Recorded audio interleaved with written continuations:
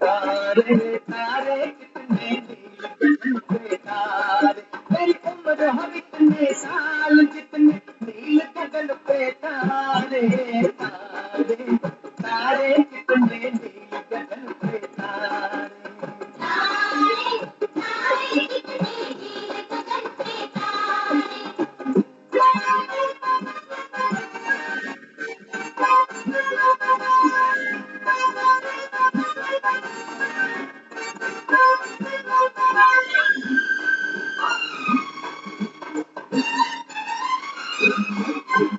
फूल है कितने प्यारे, फूलों से प्यारा तू, हैप्पी बर्थडे टू यू।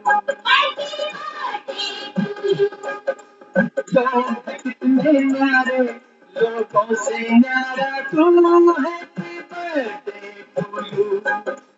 आजा गले लग जा मेरे दिल के सहारे, तारे तारे कितने नील गगन पे तारे।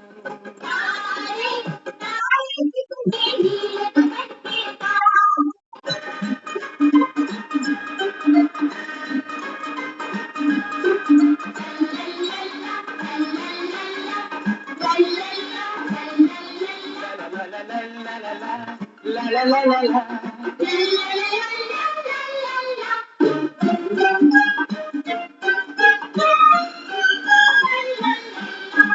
तुम ही मेरे डैडी और तुम ही मेरे डैडी,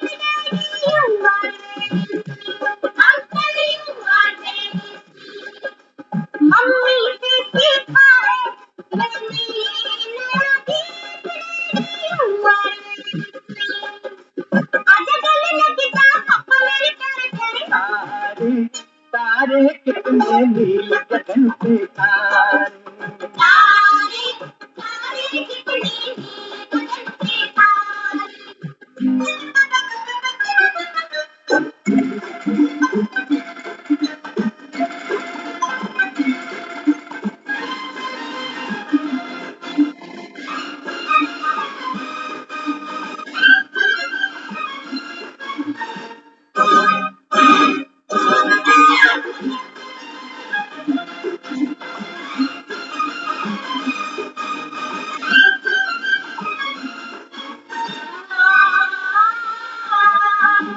सालगिरह का ये दिन मुबारक मेरे लाल, जिए तू हजारों साल। जिए तू हजारों साल। तुझको कुछ हो जाए तो क्या हो मेरा हाल, जिए तू हजारों साल। आजा गले लग जा मेरे राज दुलारे, तारे तारे कितने नील गगन पे तारे। तारे तारे कितने नील गगन पे तारे, मेरी उम्र हो इतने साल जितने नील गगन पे तारे। तारे तारे कितने नील गगन पे तारे। तारे तारे कितने नील गगन पे तारे।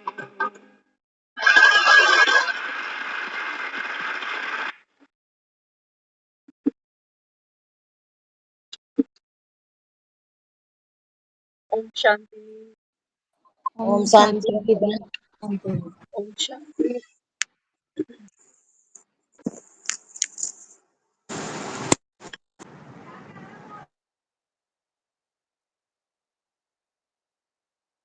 तो तारे कितने नील गगन पे तारे, फूल है कितने प्यारे, फूलों से प्यारा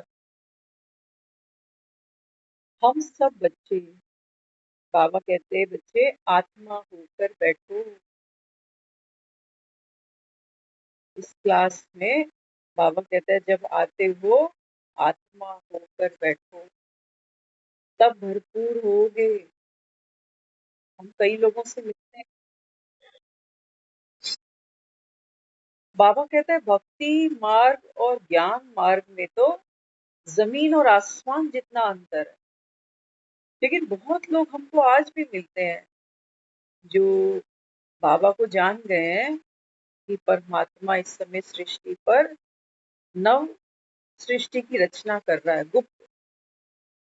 लेकिन वो अपने अनुभव क्या सुनाते हैं चलते फिरते? वो कहते हैं हमको पैसे का लाभ हुआ, ये रुका हुआ काम बन गया, बिना दवाई के गोली के हम सही चले जा रहे हैं, ये देने नहीं आया। इससे आत्मा बाबा कहता है पावन नहीं बनती। जहां बाबा कहता है जब तक आप में इच्छा मात्रम अविद्या, अभी भी मन इसी नरक के सुख की तरफ ही भागे जा रहे। तो बाबा कहता है आप आत्मा हो ही नहीं, फिर तो इसका वो तो, लेकिन बाबा कहता है आत्मा वाली महसूसता, वो शक्ति, वो बाबा कहता है आप तब तक अनुभव ही नहीं कर सकते हो जब तक संसारी सुख के पीछे हमारा मन हमको दौड़ाया जाएगा। तो यहाँ जब बाबा अपने को कहता है बच्चे आत्मा होकर बैठो, तो हमको फिर संसार के जो चिंता परेशानियां, वो दुख तकलीफें जो लगी पड़ी है ना, उसको बाबा कहता है अभी ब्रेक दो थोड़ा सा, तब आप आत्मा हो, नहीं तो फिर संसारी ही है बस फिर तो बाबा आज क्या कहता है? बाबा कहता है बच्चे आप सब मेरे लिए कौन हो? मेरे मेरे बाबा कहता है आंखों के तारे। आसमान में देखो सितारे निकलते हैं, बाबा कहते हैं ये तो प्रकृति है ना। आसमान की जो शोभा है वो रात्रि में तारों से और चंद्रमा से है। तो बाबा कहते हैं देखो बात तो अभी संगम की है। इस समय बाबा कहता है जब संगम का ये युग आता है ना, तब बाबा कहता है जो ब्रह्मा है ये ज्ञान चंद्रमा, और आप सब ब्रह्मा मुख वंशावली ज्ञान के लकी सितारे। बाबा कहता है जब आप तारे बाप दादा को साथी बनाते हो, तारों में चमक किसकी है? चांद की है। चांद में शीतलता किसकी है? चांदनी किसकी है? सूर्य की। तो बाबा कहते हैं बच्चे देखो वो तो सितारे क्या करते हैं? आकाश की सुंदरता को बढ़ा देते हैं। लेकिन बाबा कहते हैं तुम वो चैतन्य सितारे हो, बाबा कहता है जो रात को दिन बना देते हैं। किसकी शक्ति से? परमात्म शक्ति से। सितारे बाबा कहता है वो आसमान में निकलते हैं, और बाबा कहता है तुम तो परमात्म तारा मंडल के सितारे हो। अभी ये गीत बज रहा था ना, बार बार एक लाइन रिपीट हो रही थी, आजा गले लग जा मेरे दिल के दुलारे तारे।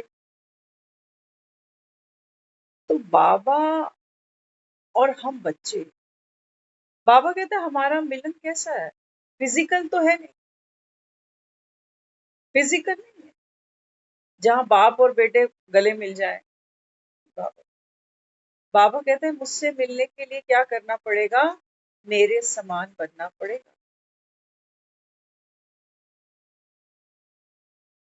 और बाबा कहते हैं जब आप मेरे समान बनते हो तो दोनों में कोई भेद नहीं है। फिर जैसे मैं जगत का प्यारा हूँ, बाबा कहता है तू भी बनता है।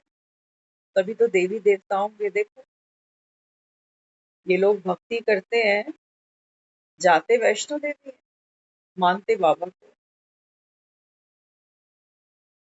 खिचड़ी पकाई है, बाबा कहता है दुनिया दुबन में फंसी हुई है।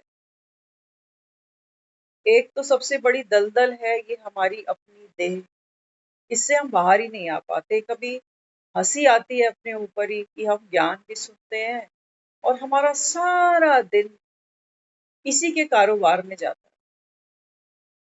कभी तबीयत ठीक नहीं है, फिर आराम कर रहे हैं, फिर दवाइयाँ गोलियां चल रही हैं, फिर खाने चल रहे हैं, फिर बाजार में जाकर कपड़े लत्ते खरीद रहे हैं, कभी उसका हाल चाल ले रहे हैं, कभी उसकी खैरियत पूछ रहे हैं।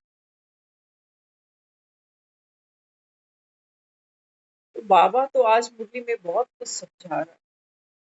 बाबा कहते हैं बच्चे, जब तक आप मुरली सुनकर, बाबा कहता है, इसका चिंतन नहीं करोगे ना, तब तक बाबा कहता है ये सितारे चमकेंगे नहीं।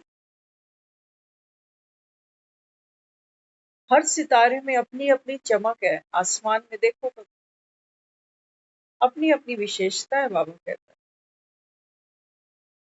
कहता है मुरली का मनन चिंतन करो। खुशी खुशी बाबा कहता है मुरली सुनकर जाओ, दूसरों को भी सुनाओ, आपस में भी चर्चा करो बैठ के कि आज क्लास में मुरली कैसी बजी, क्या नया निकल कर आया। लेकिन बाबा कहता है बच्चे तो लाचारी में बैठते हैं, जैसे मजबूरी में। ऐसे मत जाना, हम थिएटर जाते हैं फिल्म देखने तो कोई लाचारी थोड़ी होती, पूरा पैसा वसूल कर आते हैं कि भैया टिकट लिए ना तो पूरी फिल्म देखें, 10 मिनट पहले भी सीट नहीं छोड़ेंगे। और बाबा कहता है यहाँ हैप्पी बर्थडे मना रहे, हैप्पी बर्थडे। संगम पर बाबा कहता है आप बच्चों का, आप आत्माओं का, बाबा कहता है ये विशेष जन्म है, अंतिम जन्म। ट्यूशन दे रहा हूँ तुमको, बाबा कहता है किस लिए, मनुष्य से देवता बनाने के लिए। दुनिया में तो इंसान ढूंढना मुश्किल है। अभी हम जब घर आए ना तो एक छोटा बच्चा, तो उसने बताया कि मेरे घुटने पे थोड़ी सी चोट लगी है।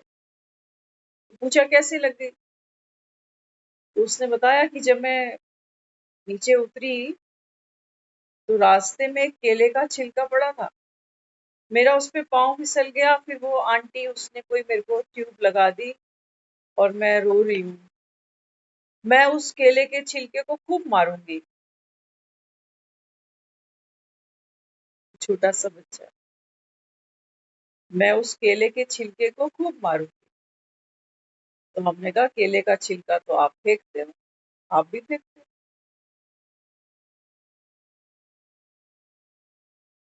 मुझे दुख हुआ, वो 5 साल का बच्चा ये कहता है कि केले के छिलके पर मेरा पाँव आया, इसकी खूब पिटाई होगी केले के छिलके की। अरे मैंने कहा ये पिटा पिटाया पहले ही गली में किसी ने छोड़ दिया होगा। मैंने कहा ऐसे नहीं होता, केले के छिलके को उठाकर डस्टबिन में डाला जाएगा, तब आप नहीं फिसलोगे। बाबा अपने को यही सिखा रहा है। जब हमें जीवन में लगता है कि किसी की वजह से मेरी स्थिति बिगड़ गई, मेरा मूड बिगड़ गया, है ना, तो हमें भी क्या लगता है, हमें लगता है केले के छिलके की तरह मैं भी इसकी खूब, आता है हमें, सब एक्सपर्ट हैं बदले लेने में। लेकिन बाबा कहता है नहीं बच्चे, जो बात हो गई उसको बाबा कहता है उठा के डस्टबिन में डाल। बार बार इसी केले के छिलके पे फिसलोगे नहीं तो बार बार ये बात मन में आती जाएगी, क्योंकि ये केले का छिलका मैंने यहाँ से उठाया ही नहीं।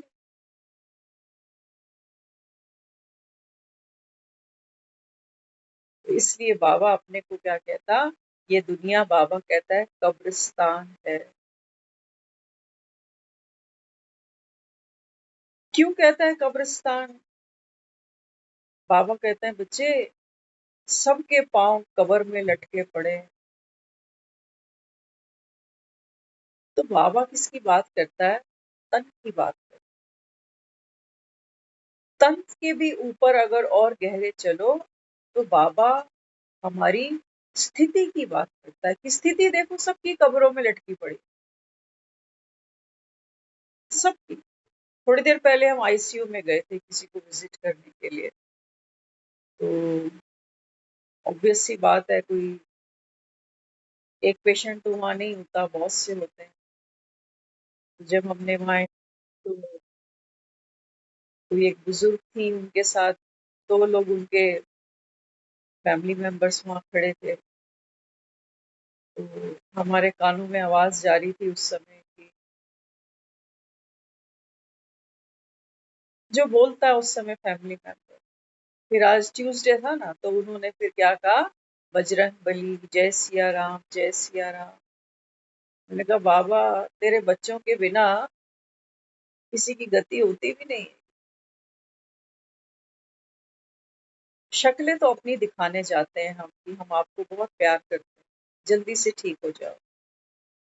लेकिन जब सामने वाले में शक्ति देनी होती है ना, तो हमारे अंदर तो कुछ है नहीं, तो हम उसको कहते हैं जय बजरंग बली, आज मंगलवार है, आज अच्छा दिन है, आप जल्दी ठीक हो जाओगे। जय सिया राम, उसके मुख से हम कहलवाना चाहते हैं, बोलो जय सिया राम। तो आज एक बाबा ने सुबह मुरली में बोला कि बच्चे, साइंस का घमंड है ना, तो ये बुद्धि से अक्ल निकालते हैं, अक्ल निकालते हैं, क्योंकि साइंस बड़ी बड़ी इन्वेंशंस करती है। बाबू कहता है देखो, हर कोई दुनिया में एक अच्छी एज चाहता है ना, सब चाहते हैं कि लंबी उम्र हो हमारी।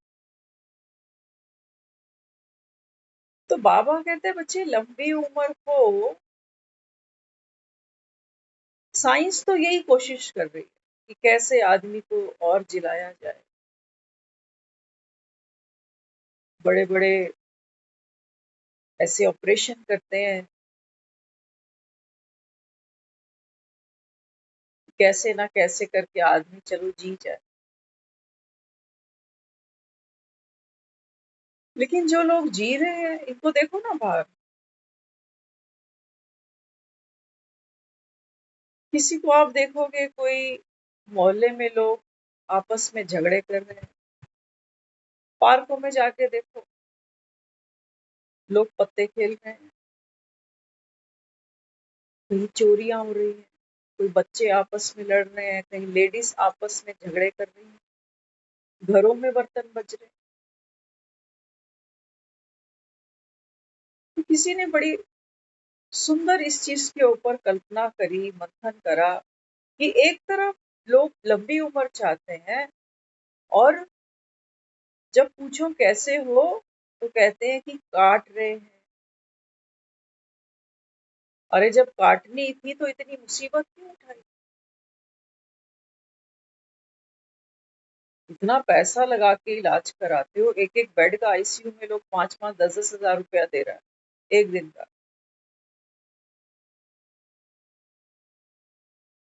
और इलाज भी ऐसे नहीं कि ग्लूकोन डी पिला के खड़ा करा देंगे, नहीं, बड़े पेनफुल इलाज होते हैं। ऐसे ऐसे टेस्ट होते हैं कि एक टेस्ट करते हैं तो दूसरे ऑर्गन का डर लगता है कि कहीं वो डैमेज ना हो।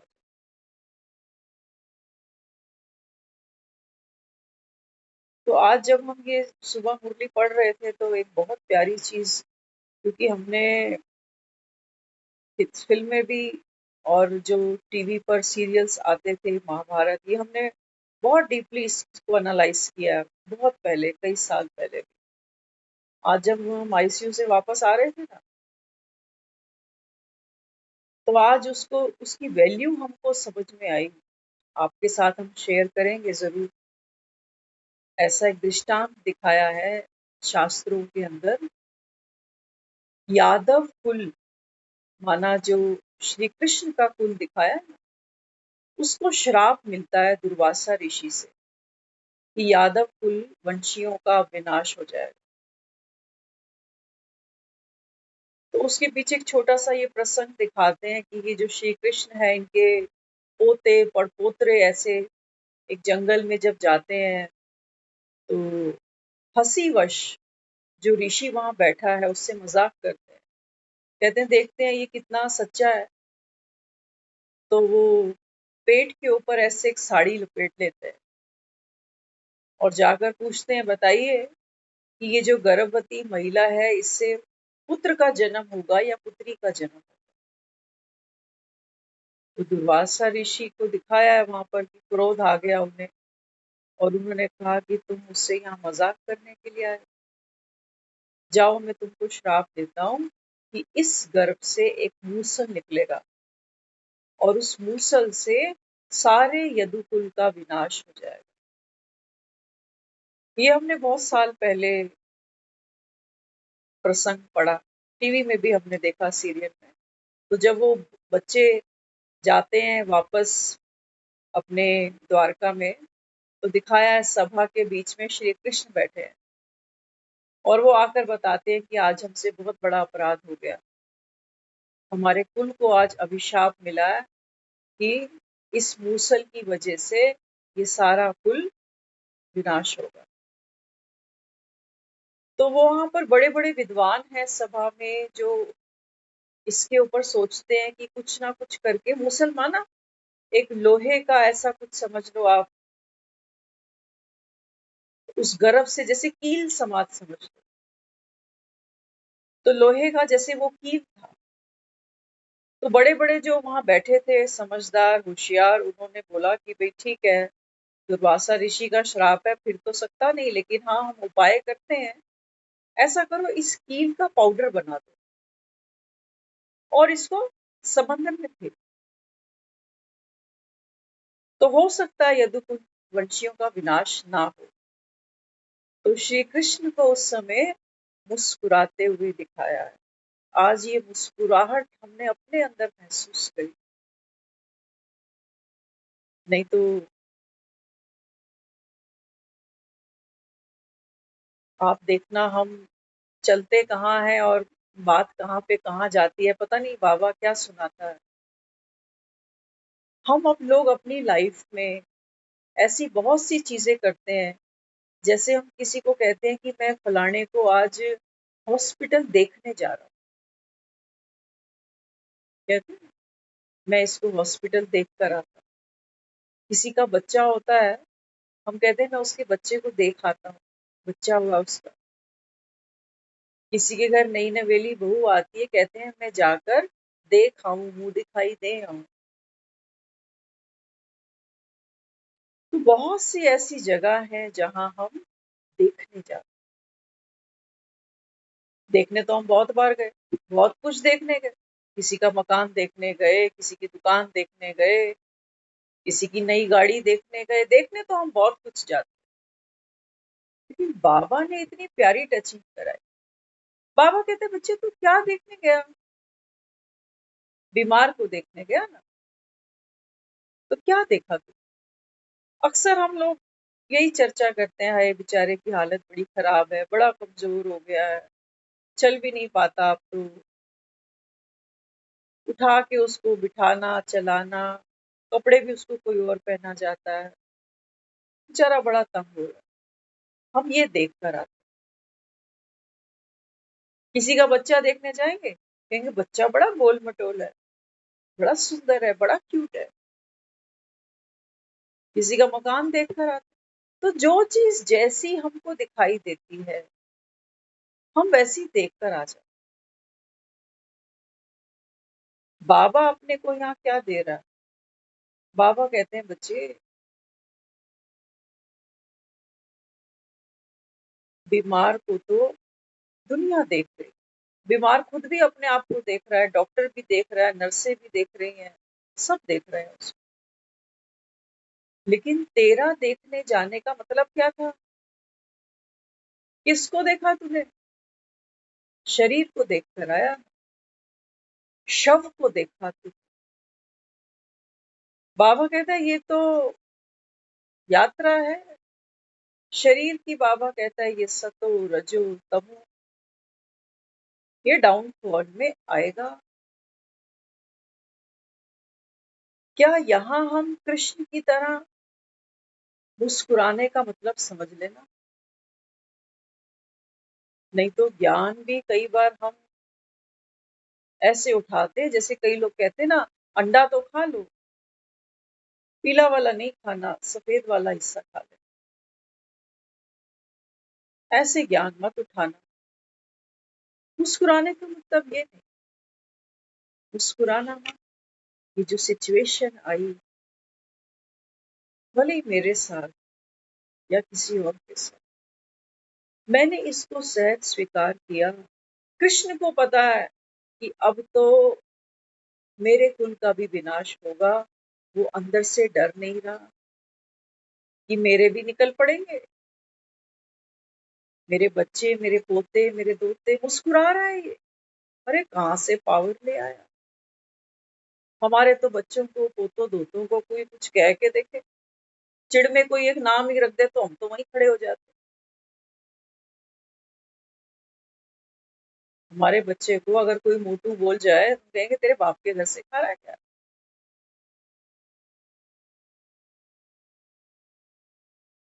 तो बाबा कहते हैं बच्चे ये मुस्कुराहट किसकी निशानी है?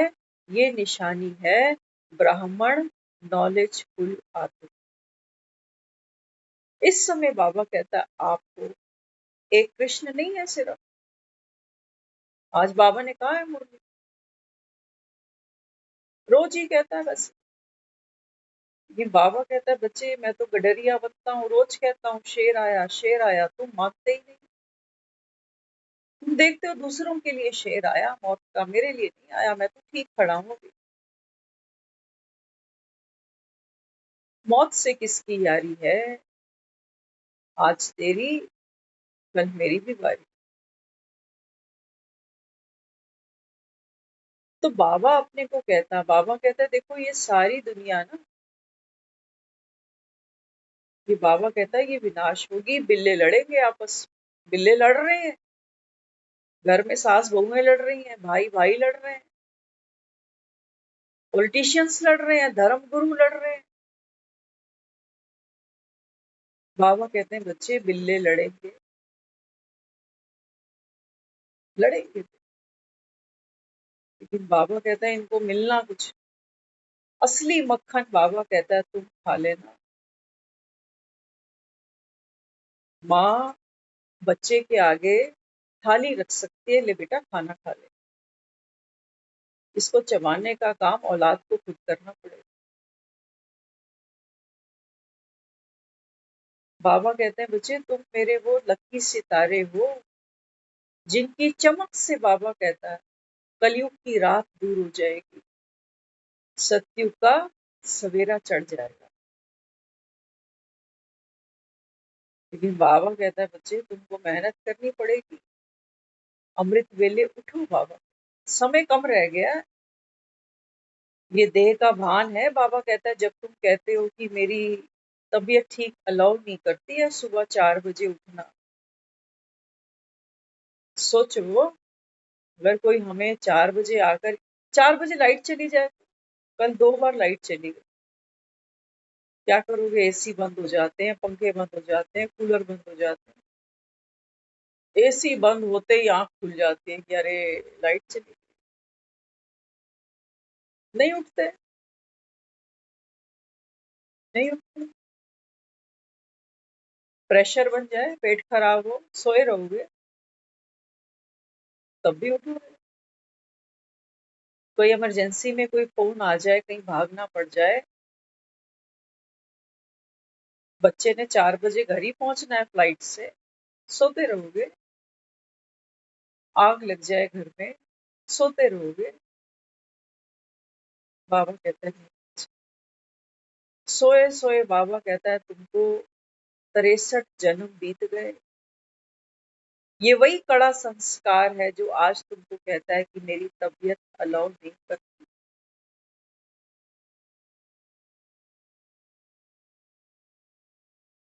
हम एक मूवी देख रहे थे, हमें ध्यान आ रहा है अभी, उसमें दिखाया है कि एक बुजुर्ग है जो कटघरे में खड़ा हुआ है विटनेस बन के, कि मैंने देखा है आरोपी को इस तरीके से दूसरे को मारते हुए। तो जो वकील था उसने उससे प्रश्न किया कि जब आपने इतनी सी दूरी पे इतना कुछ होते हुए देखा तो आपने बचाया क्यों नहीं? तो वो बुजुर्ग कहने लगा कि देखो जहां ये हादसा हुआ था ना और जहां मैं खड़ा था तो एक हाइट थी, मैं वहां से छलांग नहीं लगा सका क्योंकि मैं उम्र में बूढ़ा हूँ। तकाजा है कि मैं वहां कूदा नहीं, लेकिन मैंने देखा है होते हुए। तो वकील था, जानता है वो सच कैसे बाहर लाया जाए। तो उसने, होता तो नहीं है लेकिन फिल्मों में सब हो जाता है, उसने क्या किया, उसके कटघरे में जहां वो खड़ा था विटनेस के लिए, वहां उसने आग लगा दी। आग लगाई तो ये वहां से जंप मारकर बाहर आ गया। अब वकील कहने लगा कि जहां ये दुर्घटना हुई, हादसा हुआ, वहां की हाइट और यहाँ की हाइट में फर्क है। ये ऊंचा है कटघरा जहां तू खड़ा है, और वो जगह तो कम ऊंची थी।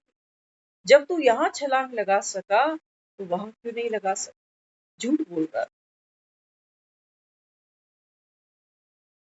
तो हमारा देह का भान है, बाबू कहता है ये तुमको ले डूबेगा,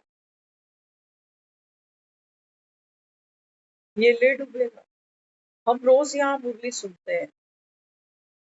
आप सच बताना, 7 बजे बाबा कहता है बच्चे, दुनिया में भी लोग भक्ति करते हैं ना, तो सबसे पहले वो मंदिर में पाठ पूजा करते हैं, चाय का कप बाद में पीते हैं। बाबा कहते हैं भक्त भी नंबरवार है। कोई जाता है मंगल मंगल जाता है मंदिर, कोई शनिवार जाता है, कोई अपने जन्मदिन पे जाता है, तो कोई एनिवर्सरी पे जाता है। भक्त भी तो नंबरवार। लेकिन बाबा कहते हैं बच्चे देखो, ऐसे भी भक्त होते हैं जो बिना माला जपे, बिना दर्शन किए वो मुख झूठा नहीं करते। और हम 4 पराठे लपेट, 2 गिलास 2 कप चाय के पीते। मुरली से हमें कोई वास्ता ही नहीं है। रात को सुनेंगे 9 बजे, अगर अवेलेबल हुए तो। कहीं शादी का कार्ड आ गया तो फिर तो जय माता दी। बाबा कहते हैं बच्चे, भगवान बैठता है सुबह, किस लिए?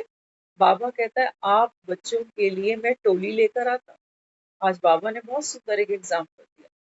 बाबा कहते हैं जब घर में एक बाप आता है ना लौकिक, तो बच्चों को कहता है देखो मैं तुम्हारे लिए क्या लेके आया, चॉकलेट ले आया, कुकीज लेकर आया। तो बच्चे भागते भागते आते हैं, पापा आ गए, पापा आ गए। और बाबा कहता है मैं जब आता हूँ तो मैं कहता हूँ देखो मैं तुम्हारे लिए विश्व की बादशाही लेकर आ गया। तो बाबा कहता है जो होशियार होते हैं ना वो भागते हैं, भोंदू तो नहीं भागे, भोंदू नहीं भागे। तो इसलिए बाबा यहाँ समझाता, बाबा कहते हैं बच्चे वक्त कम है। सुबह उठकर बाबा कहता है पहले, जैसे सुबह उठ के ब्रेकफास्ट करते हो कि अंदर कुछ जाएगा तभी तो काम करे। कोई दफ्तर जाएगा, कोई घर देखेगा, कोई बच्चे परिवार देखेगा। तो पहले क्या कहते हो कि पहले पेट पूजा फिर काम दूजा। तो बाबा कहते हैं बच्चे इसके लिए मैं आया बैठा हूँ। समय तुम्हारे पास कम है, नींद ही इतनी सी है, देखो 85 साल निकल गए, ज्ञान की गंगाएं बहती गई बहती गई, हमारा नंबर तो अब आया। हम जो कह देते हैं ना, हम उस्ताद खोपड़ी बहुत। कोई हमें पूछे तेरे को ज्ञान में कितना टाइम हो गया, हम कहते हैं 2 साल। सच बताना, दिन में 24 घंटे होते हैं, साल में 365 दिन होते हैं। क्या 24 घंटे हम बाबा की श्रीमत पर चल रहे हैं? जो हम कह रहे हैं हमको 2 साल हो गए ज्ञान, मतलब ही नहीं। 1 घंटे की मुरली भी हमने महीने में पता नहीं कितनी बार मिस की होगी। अमृत वेले की तो बात ही छोड़ दो, तो काहे के 2 साल हो गए। गिनतियां गिनने में हम बड़े उस्ताद। जैसे हम तब थे ऐसे हम आज भी। ना हमारी वृत्ति बदली, विचारधारा, ना हमारी दृष्टि बदली, नजरिया, ना हमारी कीर्ति बदली, कर्म। कर्म का कौशल हमने सीखा ही नहीं, फिर काहे से ज्ञान में चल रहे हैं? हाँ सुन रहे हैं, सुन तो रहे हैं। बाबा कहते हैं बच्चे आत्मा होकर बैठो,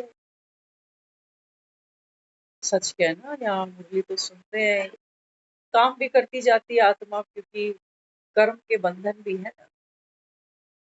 लेकिन बाबा क्या समझा? बाबा कहते तुम्हारा साजन आया बैठा है, सजनी के पास टाइम नहीं,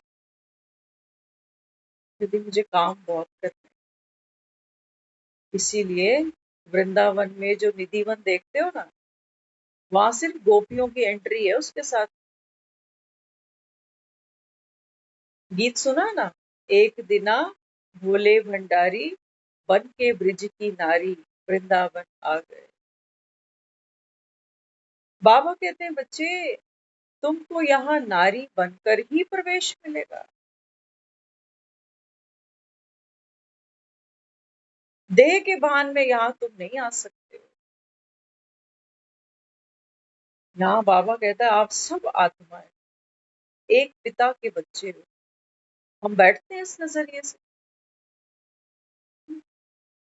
सामने वाले को हम सोचते हैं उम्र में कम है ये, किसी के लिए सोचते हैं ये उम्र में बूढ़ा है, ये स्त्री है, ये पुरुष है। आंखें तो हमारी फूट चुकी हैं, अभी अंधी हो चुकी है। यही सब देखते देखते हमारा जीवन बीत गया। हॉस्पिटल में भी तो हम यही देख कर आ रहे। बाबा कहते हैं बच्चे, हॉस्पिटल में तू जाता तो तू क्या देखता? शव नहीं देखता, शिव को देखता। ये आत्मा देखो कितना सुंदर पार्ट खेल रही है, बीमार होने का भी पार्ट है इसके पास। एक्टिंग खूब अच्छी करती है, भले ही दर्द है उसको, पेन है, क्योंकि वो ज्ञान में नहीं है। जब हम उसके बारे में ऐसा चिंतन करते हैं तो हम उस पेन से बच जाते हैं। नहीं तो बीमार के सामने जाने में हमारे चेहरे के हाव भाव बदलने में देर नहीं लगती। तो जब मैं अपनी स्थिति में रहता हूँ तो मेरी स्थिति सामने वाले की स्थिति को भी ऊंचा उठा सकती है। ये देखने जाना था। बाबा कहता है तुम्हारे द्वारा वाक की प्रत्यक्षता हो जाए। ज्ञान तो बाबा कहता है बच्चे तुम्हें घड़ी घड़ी ऐसे यूज करना चाहिए जैसे ये शरीर जीने के लिए सांस के ऊपर निर्भर करता है। हंसते हो तब भी सांस चलती है, रोते हो तब भी चलती है,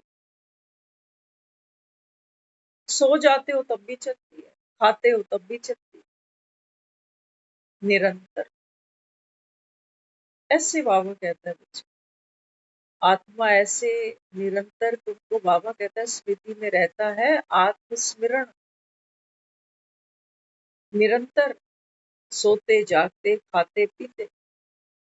आत्मा हूं मैं, ये शरीर तो लाश है बस। इस शरीर की बात करें ना, इसी की चिंता है। दाल बन गई, ये बन गया, वो बन गया, खाओ पियो बर्तन धो सो जाओ, सुबह उठ के फिर कुकर निकालो, कढ़ाई निकालो। ये गटर तो कभी नहीं भरेगी। ऐसा नहीं कि गटर भरना नहीं, भरना तो पड़ेगा। बाबा ने आज कहा है मुरली, बाबा कहते हैं बच्चे जो देवता होते हैं ना, ये तो जास्ती नहीं खाते। क्यों? क्यों जास्ती क्यों नहीं खाते? एक चीज आज बहुत अच्छी आपके साथ शेयर करेंगे। देखो, खाना तो हम सभी खाते हैं, है ना, क्योंकि शरीर की जरूरत है, बिना खाए तो जीवन ही नहीं। तो खाना हम दो प्रकार से खाते हैं। कई बार हम खाना ऐसे खाते हैं जैसे तिजोरी भरते हैं। देखा है किसी को तिजोरी भरते हुए आप? कई बार हम पेट ऐसे भरते हैं जैसे तिजोरी भर रहे हैं, फटाफट निगलते जाए। कई बार छुप कर भी खा लेते।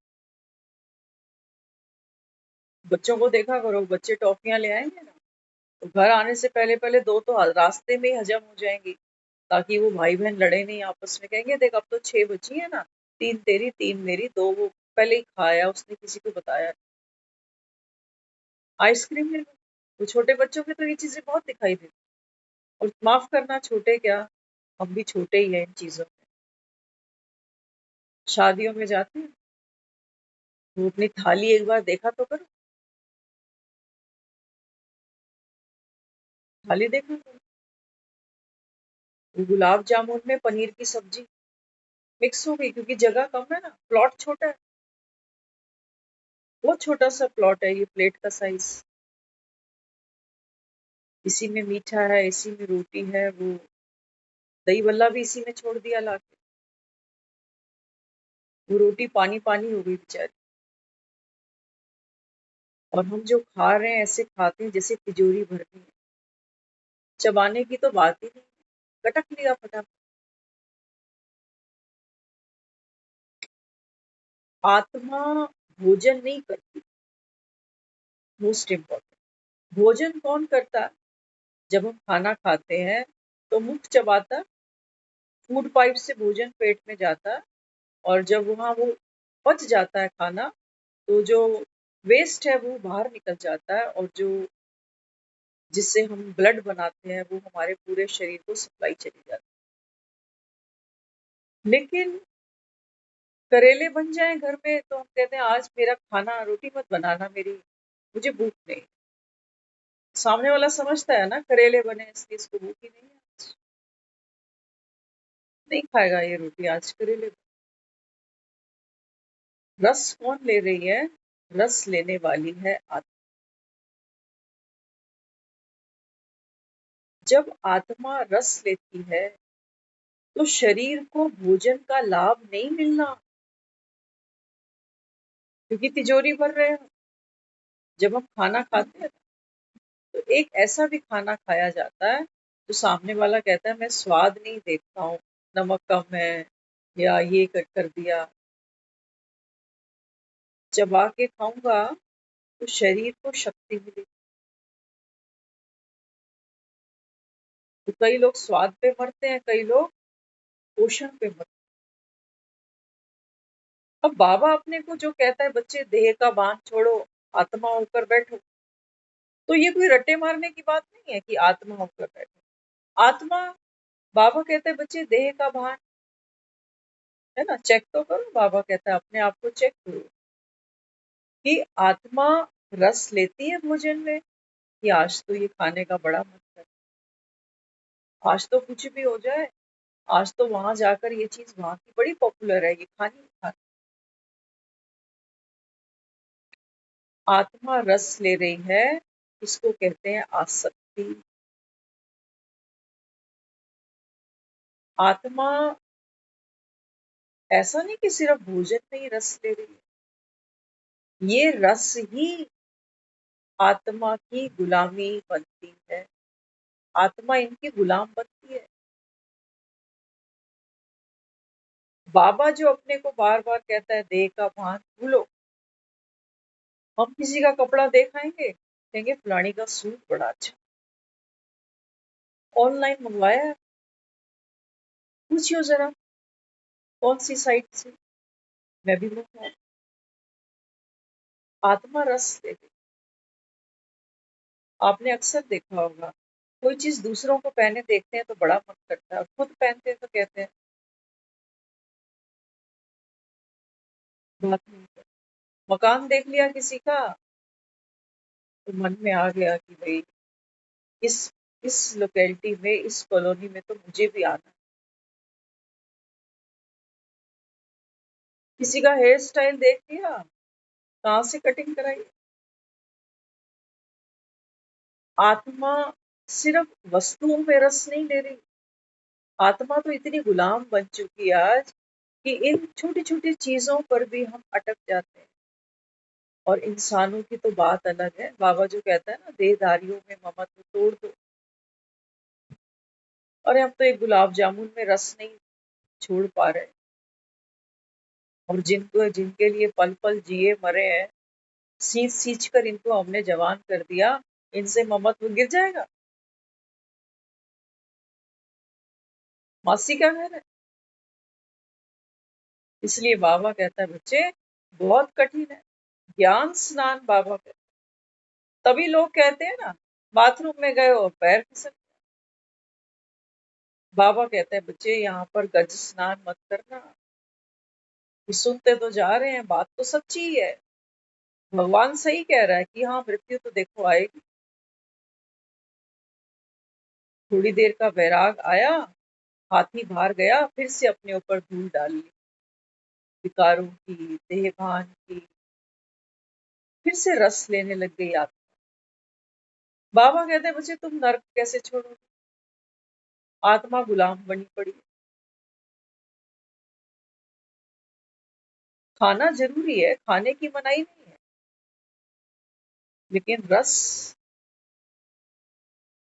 रस बाबा कहते हैं ये तुम्हारे जीवन को नर्क बनाएगा। अनेक प्रकार के रस हैं, भोजन में भी है, अपनों के सुख में भी रस है, और दुश्मन दुखी रहे उसमें भी रस है। जो अच्छे नहीं लगते, ये हमसे आगे निकल जाए, इसमें भी आत्मा दुख का अनुभव करती। बाबा कहते हैं बच्चे कितना कितना बड़ा ये चक्रव्यूह है, इसको तो बाबा कहता है मेरे सिवा कोई भेद ही नहीं सकता। रात दिन फंसे पड़े हैं हम, पता नहीं कितनों के हमको फोन आते हैं कि तू ठीक है, तेरी तबीयत ठीक है। हम कितनों के पीछे लग जाते हैं कि तू ठीक है, यहाँ मैं बीमार वहां वो बीमार, हम उसके जोगे नहीं वो मेरे जोगा नहीं। हाँ, राय दे देते हैं क्योंकि शुभ चिंतक है, शुभ चिंतक। सोचो किसी को बुला लो घर पे, कोई बीमार हो, बुला लो, 10 दिन 12 दिन 15 दिन महीना करते करते आत्मा थक जाती है। अनुभवी हैं सारे, शक्ति कोई है नहीं हमारे पास।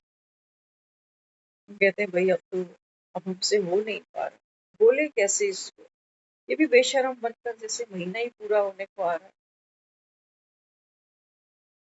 बाबा यहाँ समझाता है, बाबा कहते हैं बच्चे देखो समय तो बहुत कम है अभी, अगर ये रस, वास्तव में ये रस हमको सुख नहीं दे रहे, ये मान के चल।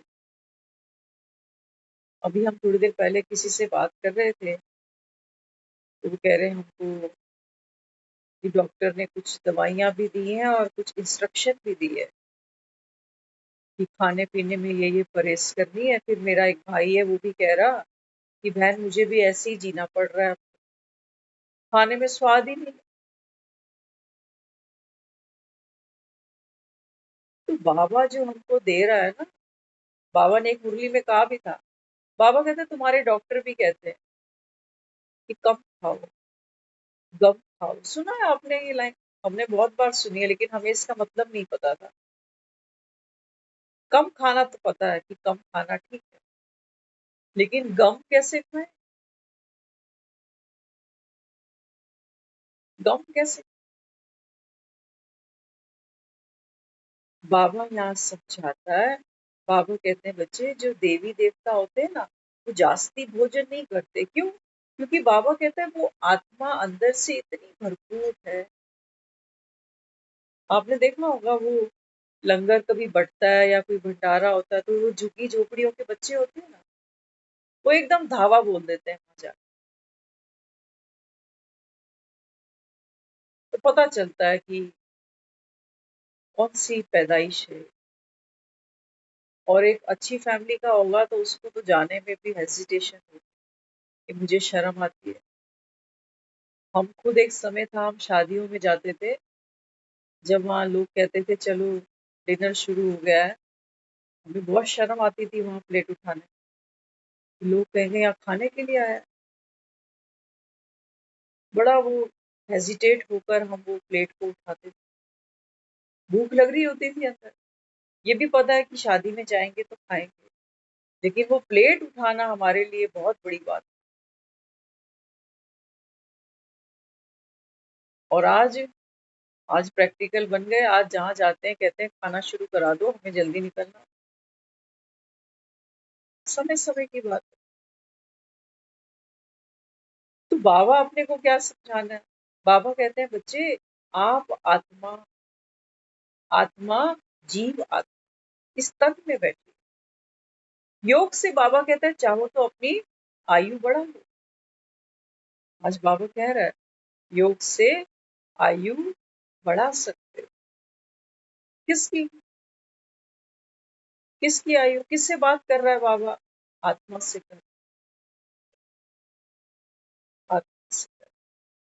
ये दुनिया में मौत से पहले लोग पता है छटपटाते क्यों बेचारे?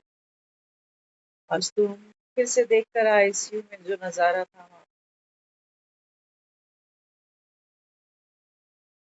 बाबा कहता बाबा कहते हैं बच्चे ऐसे नहीं कि रोटी खाई और नींद का नशा। ये बीमारियों का घर है। डॉक्टर भी कहता है कि खाना खा के सीधे सो नहीं, क्योंकि जो खाना है ना वो अभी आंतड़ियों में फूड पाइप में ही पड़ा हुआ है, सड़ जाएगा वो। तो बाबा कहता है बच्चे दोपहर का जो समय है ना इसमें भी ज्ञान की चर्चा करो।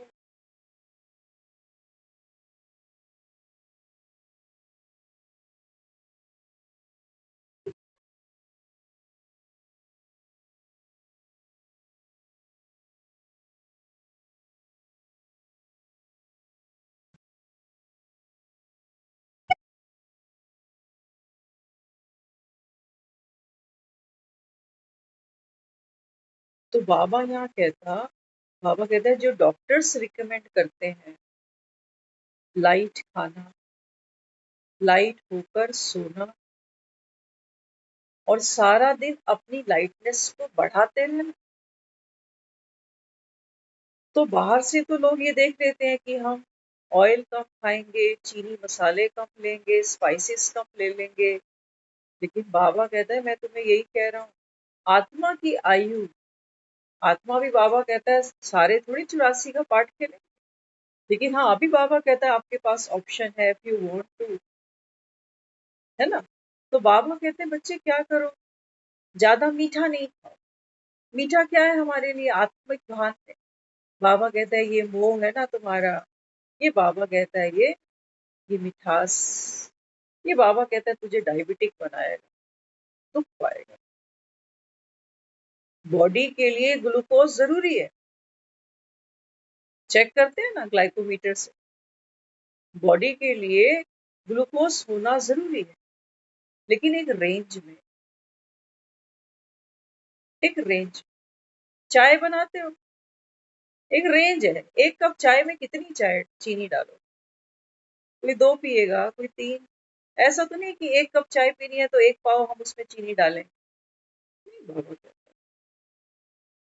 आज एक बहन हमको सुबह कह रहे कहते हैं कि कई लोग ज्ञान में आते हैं ना तो वो निकल पड़ते हैं। बाबा जिसको कहता है फारकती दे दी, डिवोर्स दे दिया। वो कहते हैं ये जो ज्ञान है ना ये क्या करता है, ये परिवार में वो अटैचमेंट ही खत्म कर देता है।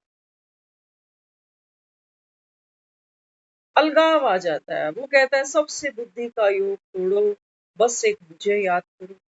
अरे नहीं, रोटी को दोनों तरफ से सेको ना। ये नहीं कह रहा वो हमको ये कह रहा है कि बच्चे आप दुआएं कमाओ। किसकी सेवा करके? इनकी। इनको दुआएं दो। ये परवश हो। ये बाबा कहता है तुम्हारी निंदा कर जाए, लेकिन बाबा कहता है तुम चित्त पे नहीं लेना। इन्होंने भक्ति की है राम की, राम से सुख मांगे हैं इन्होंने, तो बाबा कहता है बच्चे इनकी दुआएं लेकर आना मेरे पास। अगर उसको हमको तोड़ना ही होता तो हमें क्यों कहता है इनकी दुआएं लेकर आओ? क्यों कहता जाओ एक एक को बाप का परिचय दो? हमें क्या मतलब? क्यों कहता है साकाश दो, प्रकृति को भी दो? क्यों कहता है? बुद्धि का योग तोड़ना बाबा। बुद्धि इनमें फंसे नहीं।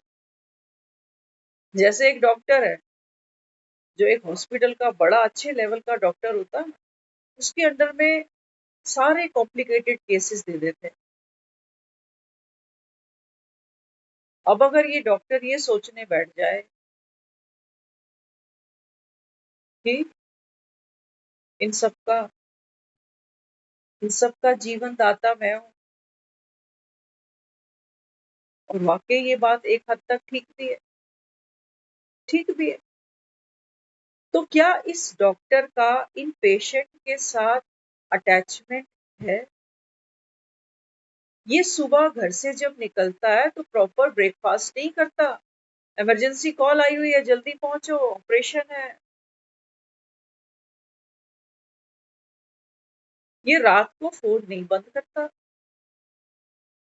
इसकी अटैचमेंट है, किसी को जानता है। कितने इसके पास पेशेंट आते हैं, कोई पेशेंट में भी शरीर छोड़ जाए, रोएगा ये। उसका करियर है, उसका प्रोफेशन, सबको ठीक करना। लेकिन किसी का कोटा ही खत्म हो गया उम्र का, तो ये क्या करे फिर? रोए कि भगवान मेरी आज तो करियर पे दाग लग गया, इस टेबल पे किसी ने दम नहीं तोड़ा, आज ये तोड़ गया। वो सबकी सेवा कर रहा है, पूरा जीवन समर्पित किया है उसने इस काम के लिए, लेकिन उसकी किसी से अटैचमेंट नहीं। ये बाबा अपने को कहता है। बाबा जब अपने को कहता है कि बच्चे ममत्व तोड़ दो, तो वो ममत्व कौन सा तोड़ने को कहता है? वो कहता है तुझे इनसे कुछ लेना नहीं है, लेना नहीं है। बाबा कहता है इनको सुख दे, बदले में बाबा कहता है ये तुझे दुआएं दे दे। बाकी ये नहीं सोचना कि मैंने इतना किया, औलाद का इतना किया, इनके बच्चों का इतना किया। तो बाबा कहता है फिर तुम दुख भोगोगे। नमक कम करो, बीपी बढ़ता है, डॉक्टर कहता है नमक कम करो। तो बाबा कहता है बच्चे, दुनिया में ऐसे कुछ हमारे ऐसे लिंक हैं। नमक क्या करता है? अंदर हड्डियों को गलाता है। तो बाबा कहते हैं बच्चे, जहां जहां पर स्पाइस ज्यादा होगा, बाबा कहता है ये क्या करेगा? नुकसान करेगा। कईयों के बोल बड़े तीखे हैं, बर्दाश्त ही नहीं होते, नमक बहुत उगलते हैं ये। बाबा कहते हैं तू खुद को बदल।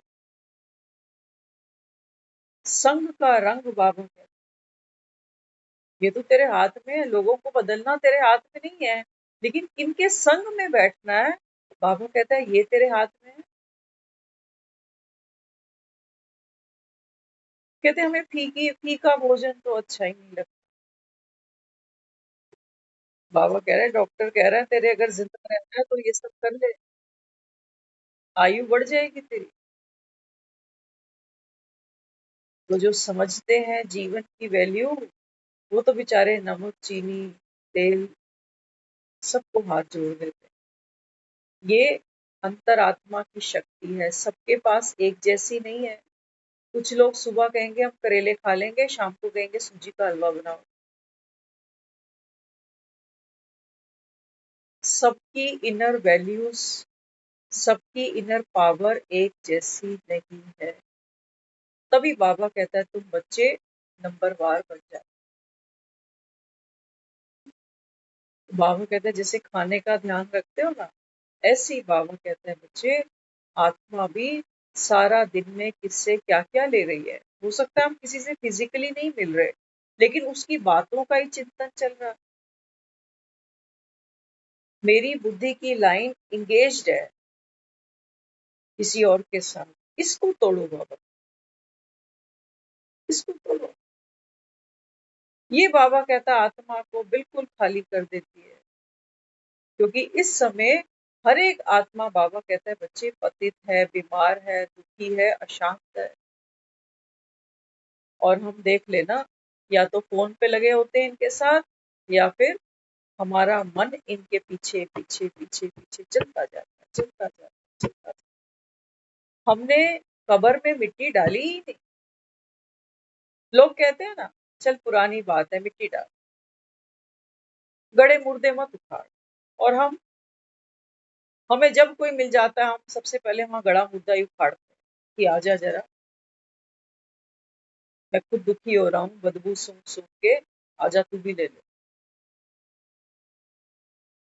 तो बाबा अपने को कहता है बच्चे आप सब रूहानी सितारे हो। और बाबा कहता है मेरे घर की शोभा हो तुम, बाबा कहता है वो लकी सितारे हो जो रात को दिन बना सकते हो।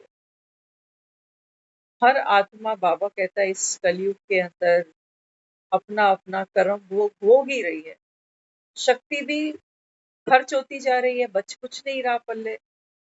लेकिन हाँ, बाबा कहता है बच्चे आप वो शक्तिशाली ज्ञान सितारे हो जो बाबा कहता है एक बाप की याद से, एक डॉक्टर की दवाई से हम अपनी बीमारी भगा सकते हैं, बीमारी से मुक्त हो सकते हैं, स्वस्थ हो सकते हैं। बाबा कहता है बच्चे मैं तो केवल राय देता हूँ, बाप बच्चों को बैठ समझा नहीं देता। करना ना करना बाबा कहता है ये तुम्हारी चॉइस है, एक बार चेक तो करना। कितने महीनों से रोज मुरलियां सुन रहे हैं और हमारी अंतरात्मा आज भी सो रही है। तो जैसे ही अभी 10 बजेंगे ना हम ओम शांति करेंगे तो कभी नहीं मन में संकल्प आएगा कि कल मैं 4 बजे उठ जाऊं, कभी नहीं करेगा। बाबा कहता है देखो माया तुमको कैसे ठगती है, परिवर्तन तुम्हारे में होने नहीं देगी और तुम ये सोच सोच के खुश होते रहोगे कि हम तो रोज ज्ञान सुनते हैं। शक्ति तुम्हारी कोई बड़ी ही नहीं, बड़ी। बाबा कहता है चेक करो, चिंता आई, बाबा कहता है कि बच्चे चिंता तो आएंगी, बातें तो आएंगी, विनाश तो सामने ही खड़ा है। लेकिन बाबा कहते हैं बच्चे आप कृष्ण की तरह मुस्कुरा पाए, ये बहुत बड़ी पावर है। और यही उस परम पिता परमात्मा का वर्षा है। बाबा कहता है इसमें तुम्हारा कोई खर्चा नहीं है, ये शक्ति पालोगे तो बाबा कहता है बच्चे राम में और महावीर में फिर कोई भेद नहीं रहने वाला। लेकिन हाँ, बाबा कहते हैं पुरुषार्थ तुम्हारा, याद शक्ति राम की, पुरुषार्थ। ओम शांति।